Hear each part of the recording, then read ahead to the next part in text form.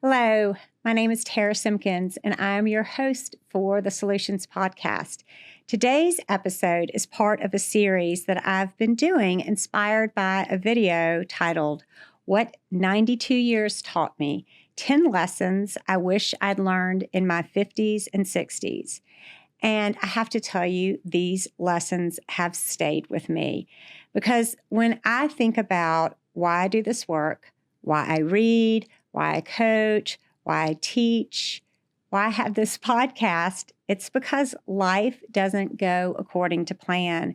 Some things happen that have a very low probability, and some things happen that have 100% probability of happening. And I've always had this desire, maybe it's my legal training, maybe it's just how I'm wired, to think ahead about how I want to meet those moments. Not perfectly, but intentionally, in a way that reduces unnecessary suffering for me and for the people I love, like you. So today, we're talking about two of the most powerful lessons in this series.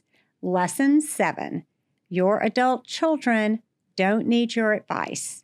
They need your presence. And lesson number 8, write things down because you are going to forget them. Enjoy the introduction and the music, and I'll see you on the other side. Einstein said, we cannot solve our problems with the same thinking we used when we created them. Most everyone in the world is solving their problems the wrong way. Our problems come from our thinking, and we can solve them with our thinking. So whether you're at your lowest, just trying to grow, or whether you are trying to sustain growth over your lifetime, join us as we push the boundaries of our current thinking and redefine how we find Soul-u-tions. The hope and the strength and the love and the smiles and the laughter of friends and family. Add it up, you'll find no limit to the possibilities. I'm just going to dive into lesson 7 in this 10-part series. Oh, yep, it's a 10-part series, which is presence over advice. This one hits, especially if you are the parent of teenagers and what we call emerging adults, which by definition is anyone in between the ages of 18 and 30, because everything in us wants to help them.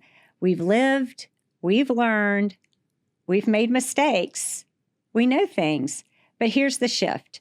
Your adult children do not need your advice. They need and they want you to trust them. They want to know that you believe in them, that you think that they can meet the moments and challenges in their lives. And here's the other thing we probably do not want to admit. They think that they know a little bit more about things than you do because times have changed. Times are quite different than they were way back in the day. And I think our kids have a hard time imagining us as them, imagining us as graduating from high school, going through college, getting our first job, having our first breakups. Like, they have a hard time imagining us as those people because they have never known us as those people. And for us, remembering that is so very, very helpful.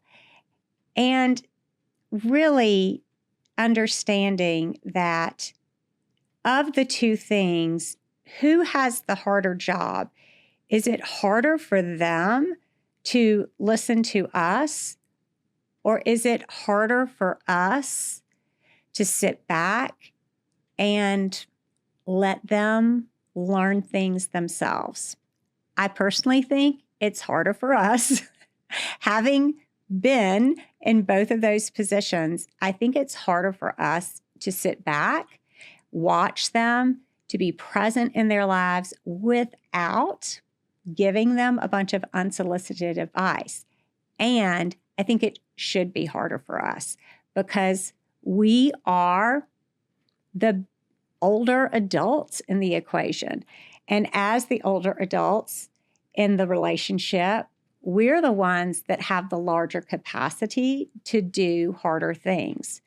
And so I don't think that's a problem. I actually think it's a good thing for it to be harder for us because we need to remember how it is to be them and to do hard things as well.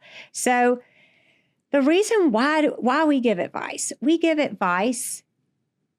as much to prepare them as to relieve our own discomfort.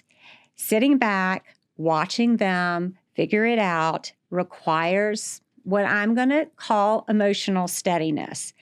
Every time we offer advice that wasn't asked for, we are, in a very subtle way, saying, I don't trust you to figure this out. And what they actually want is something much simpler.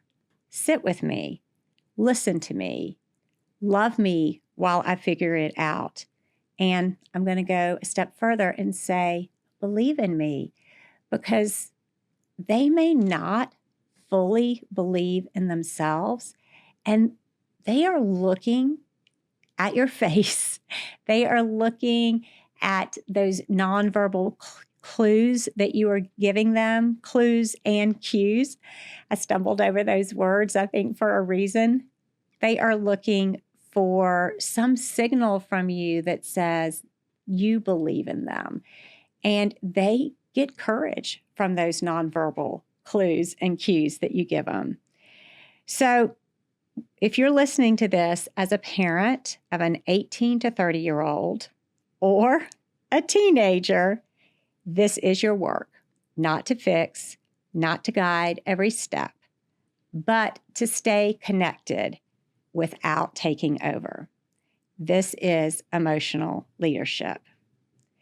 And what's so interesting is that this next lesson is actually about something we don't think about nearly enough. Lesson 8, capture your life. The original lesson in the 92-year-old's YouTube video says, write things down because you're going to forget. But here's the Soul-shine version of that. If you don't capture your life, you don't get to keep it. Let that sink in for a second. There are things happening in your life right now that feel ordinary. The way your husband laughs, the way your daughter texts you, the way your friend shows up. You think you will remember, but most likely you won't. And this is where that idea I heard recently, schedule your success, becomes so meaningful. Because yes, we can schedule what matters, but we also have to notice what matters and capture it. I have a great story from my weekend about this.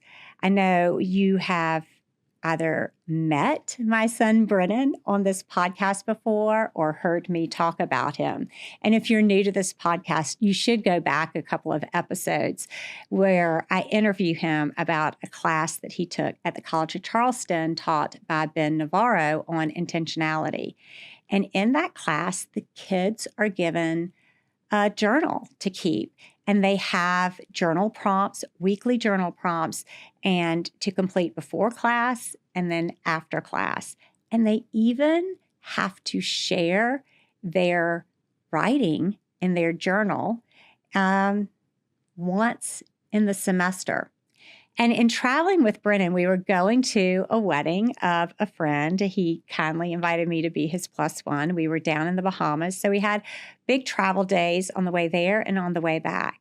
And he was listening to a new book, which is a book that I love, and I highly recommend it if you want to put it on your book list. It's called Shoe Dog. It's about the founder of Nike. It's fabulous. And he's sitting there and he's listening to the book, and then he's pulling out his journal and he's writing down some sayings or things, stories from the book. But then there are moments when he wasn't listening to the audiobook and he's just pulling his journal out and he's reading it. And this journal is something that's captured things that are meaningful to him. And I was just struck by the fact that he didn't have another hardback book with him. He didn't have an iPad with him. And although he had a phone with him, instead of pulling out the phone all the time, some of the time he would pull out this journal and go through things. That is just a really special thing that you can do for yourself in writing down the things that you notice and the feelings that you have. And it helps your memory. It helps things sink in and it helps you moving forward. Because the truth of the matter is that when life gets full, we tend to stop paying attention. And it's not just that time passes, it's that the details, the texture of your life, they can slip away, especially when we're super busy. So I want you to think about capturing these moments of your life as something, yes, that you will enjoy when you're 92, and looking back and reading over just the moments of special, tiny little moments, not even the big moments. But it's also something that you can actively do when you're 22, like Brennan, or 32, or 42, or 52, or 62, and on and on and on. So maybe the invitation here is simple. Write down the things that you notice, the things that strike you, the things that have meaning for you. Capture them and pay attention to them by going over them in your journal, in your quiet time, because this life you're living right now is the one you'll one day wish you could remember more clearly. So here's what I want to leave you with today. You don't need to show up as the expert in your children's lives. You need to show up as someone who trusts them. And you don't need to wait for life to slow down to appreciate it. You need to start noticing it now. And this is the work that we do weekly in the Soul-u-tions Labs. Simply learning how to stay present in your life without trying to control all of it. I just got off a phone call with someone, a woman, before stepping into the podcast studio today. And she's someone who has followed me at Soul-u-tions Labs on social media for a while. And she was ready to join the Soul-u-tions Labs. And we had a call just for me to fill her in and say, why now? And to tell her a little bit about what we do in the Soul-u-tions Labs. And the reason for the why now was she had just had a pretty major life event. And she loves learning and she loves growing. And that life event caused her to pause and to take stock of where she was. And she said, I just want to be more intentional about my life and my relationships. And I think it's time. It was just that simple. And she listened to that voice within her.